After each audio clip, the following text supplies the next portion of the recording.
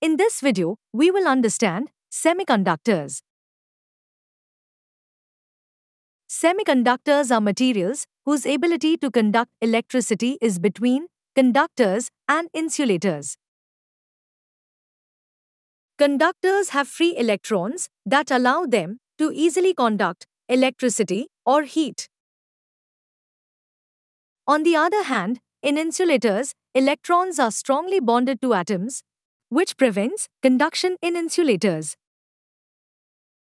Silicon and germanium are two important semiconductors which are used to make electronic devices. Silicon and germanium belong to group 16 of the periodic table and have 4 electrons in their outer shell. These 4 electrons share with each other to form covalent bonds.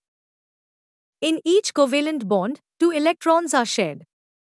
In this way, the atom's outermost shell is completed with 8 electrons. In the animation, we see the crystal structure of silicon, where no free electrons are present after forming 4 covalent bonds. At low temperatures, electrons are strongly bonded to atoms and oscillate back and forth. When the temperature of the crystal increases, some atoms get ionized due to thermal energy and covalent bonds break, freeing some electrons to move easily through the pure crystal. When an electron leaves its position, it creates a positive empty space, which is called a hole. Neighboring atoms' electrons jump into that hole by breaking their covalent bonds to fill the hole. When this happens, the covalent bond at the hole's position is completed, creating a new hole elsewhere.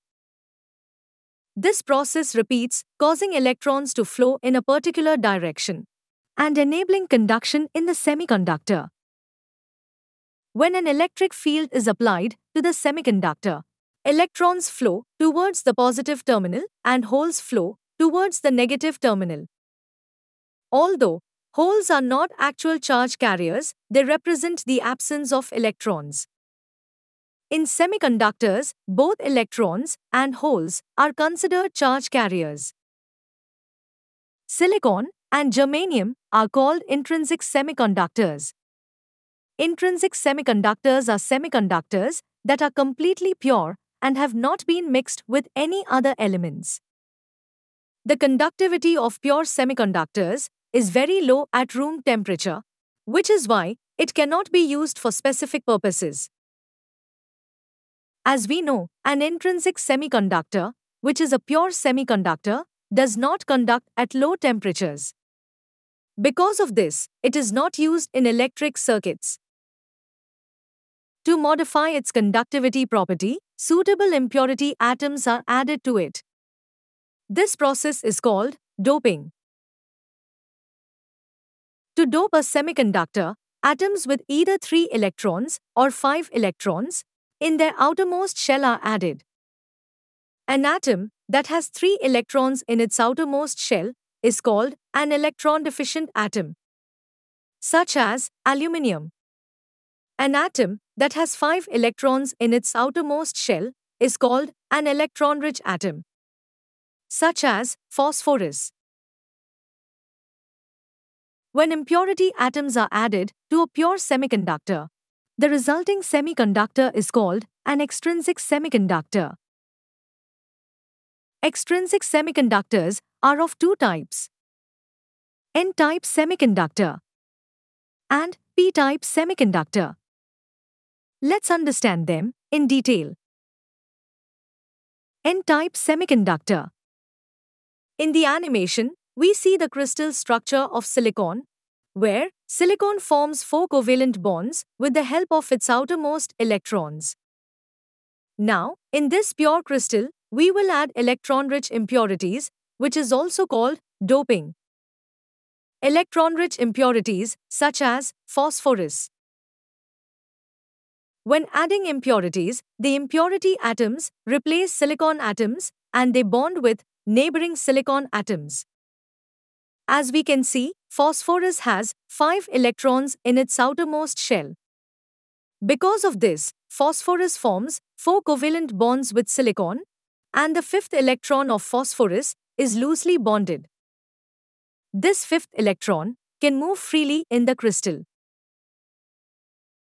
In the crystal, we observe that, after doping, phosphorus atoms have replaced silicon atoms in different positions, and at these different positions, free electrons are occupied. Due to the motion of these free electrons, electricity is conducted. Because of this, they are called charge carriers. Since electrons carry a negative charge, they are called negative charge carriers or n-type charge carriers. And for this reason, the resulting semiconductor is called an n-type semiconductor.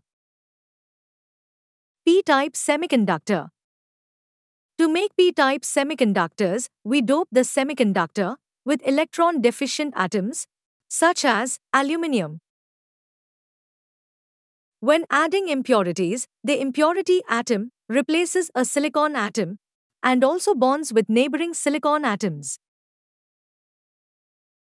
As we can see, aluminium has 3 electrons in its outermost shell. Because of this, aluminium forms only 3 covalent bonds with silicon. The neighboring silicon atom has 1 free electron. Now, because aluminium has formed only 3 covalent bonds, one place remains empty, which is called a hole. This hole is considered to have a positive charge. The hole attracts a neighboring electron, which jumps to fill the hole. As soon as the electron jumps, an electron fills the position, creating a hole once again. And to fill this hole, another atom's electron jumps. This process repeats continuously. In this semiconductor, positive holes are the majority charge carriers, so we call it a p-type semiconductor.